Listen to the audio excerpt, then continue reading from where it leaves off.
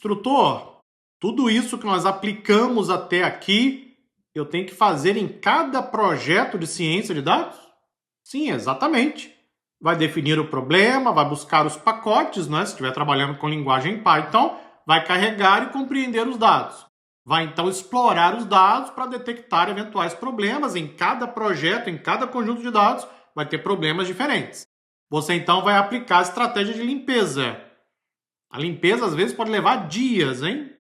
Dependendo do tamanho dos dados e da criticidade dos problemas. Depois disso, engenharia de atributos, que embora não seja uma tarefa necessariamente obrigatória em muitos casos, você acaba fazendo quase que o tempo inteiro, porque traz uma série de benefícios. No nosso caso, eu converti a coluna da variável alvo.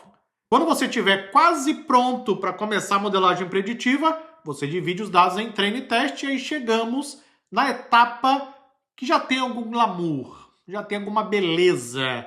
É agora que vamos trabalhar com machine learning, com inteligência artificial. Ufa, instrutor, finalmente!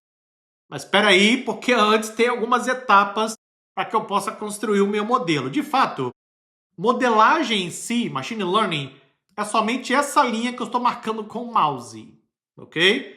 Todo o restante são tarefas necessárias para o nosso trabalho.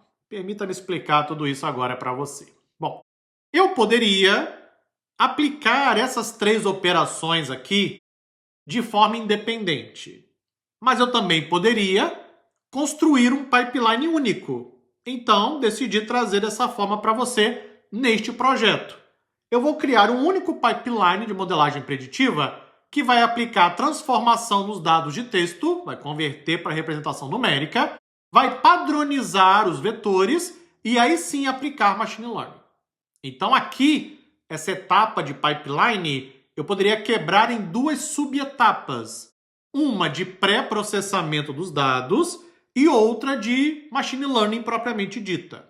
Só que com o scikit-learn, nós temos agora um recurso que é poderosíssimo, que é o pipeline. Esse recurso evita erros, evita esquecimentos de uma ou outra etapa.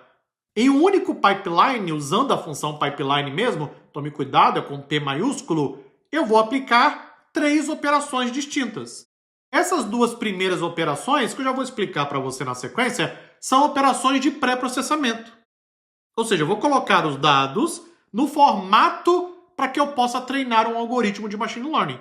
O algoritmo será a regressão logística, que eu estou buscando aqui embaixo. Ou seja, eu poderia aplicar cada etapa de maneira individual, mas eu poderia criar um pipeline. Nem toda ferramenta permite criar o pipeline. O scikit-learn permite. Então, decidi trazer esse exemplo para você, porque facilita bastante o trabalho, evita esquecimentos, te dá um pouco menos de flexibilidade, mas em contrapartida acaba tornando o fluxo um pouco mais fácil.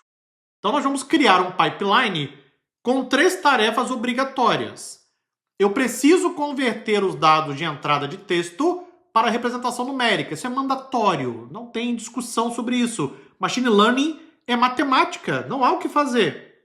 Contra fatos não há argumentos, não é isso? Então eu não posso trabalhar com dado de texto. Eu terei que converter para representação numérica.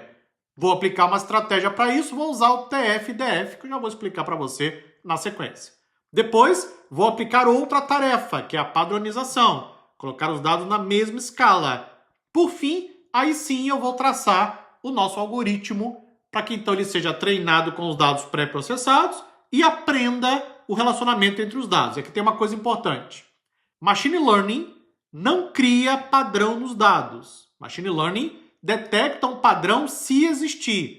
Vamos repetir? Para ficar bem claro. Repita junto comigo, não precisa ter vergonha não. Pode repetir. Machine Learning não cria padrão nos dados. Machine Learning detecta um padrão se existir.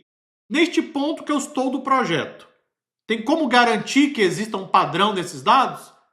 Tem como garantir esse padrão? Não, não tem como garantir absolutamente nada nesse momento. Mas eu preciso experimentar. É isso que eu vou fazer.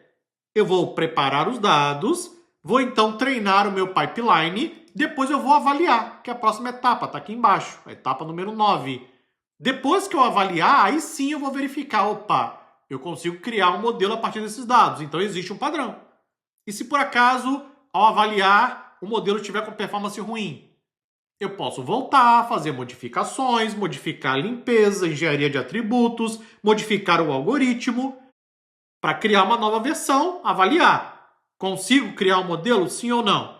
Eu vou ficar neste ciclo até que eu tenha o melhor modelo possível.